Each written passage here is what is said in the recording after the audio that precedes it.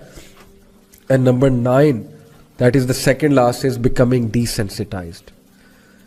گناہوں کی وجہ سے دل سخت ہو جاتا ہے, نیکی نہیں لگتی, گناہ نہیں لگتا, ہم کسی کو کچھ بھی کہہ جاتے ہیں, ڈیسینسٹائز ہو جاتے ہیں, ہم لوگوں کے دل دکھاتے ہیں, ہم لوگوں کے ساتھ اتنے بڑے بڑے فراڈس کرتے ہیں, ہم لوگوں کے ساتھ جو ہے لوگوں کو مس یوز کرتے ہیں, ابیوز کرتے ہیں, ہمیں احساس بھی نہیں ہوتا ہے, کیونکہ دل ڈیسینسٹائز ہو چکا ہے گناہوں کی وجہ سے. And last and again very deadly sin, very deadly consequence is raan. What is raan? A covering on your heart. سورہ مطففین میں اللہ کہتے ہیں کلا بل ران علی قلوبہم ما کانوا یکسبون. Nay, on their hearts is raan because of their sins. یہ ران, یہ کورنگ انہیں truth دیکھنے نہیں دیتا, اس لیے بہت استغفار کریں, گناہوں سے بچ جائیں بردرز اینڈ سسٹرز, گناہوں کی لائف کو خیر آباد کہہ دیں. There is always hope, there is always hope. اللہ تعالیٰ کے پاس جائیں, اللہ تعالیٰ کبھی آپ کو ریجیکٹ نہیں کریں گے, اللہ تعالیٰ کبھی آپ کو نو نہیں کریں گے. گو ٹو یور لارڈ, اللہ سے بات کریں, اللہ کو کہیں مجھے نکال لیں یا رب, مجھے سنبھال لیں یا رب, میں تنگ آ چکا ہوں, میں تنگ آ چکی ہوں, یا اللہ میری لائف تتر بتر ہو چکی ہے, میں بکھر رہا ہوں, میرے پیسز بکھر رہے ہیں, یا اللہ پلیز میرے پیسز کو سنبھال لیں. یا اللہ میں ڈیفارم ہو رہا ہوں, مجھے دوبارہ شیپ میں لے آئے. یا ربی please help me, please drag me out of this life, and please میرا اسٹریس کم کر دے. یا اللہ میری زندگی میں راحت لے آئے, سکون لے آئے, میرے قلب کو سکون آ جائے. یا اللہ give me that light, give me that light. Please ask Allah subhanahu wa ta'ala and you will see your life will change miraculously. And there is always hope, there is always hope. And with this hopeful sentence we end today's halaqah. I hope it was beneficial for you. Allah ta'ala ہم سب کو گناہوں سے بچائے. اللہ تعالیٰ ہم سب کو نیکی کی توفیق دے. گناہ ہمارے لیے کراہت انگیز ہو جائے اور نیکی ہمارے لیے بہت چاہت والی ہو جائے. جزاکم اللہ خیر for being with me. Inshallah see you next week. Take care of yourselves. السلام علیکم ورحمۃ اللہ وبرکاتہ.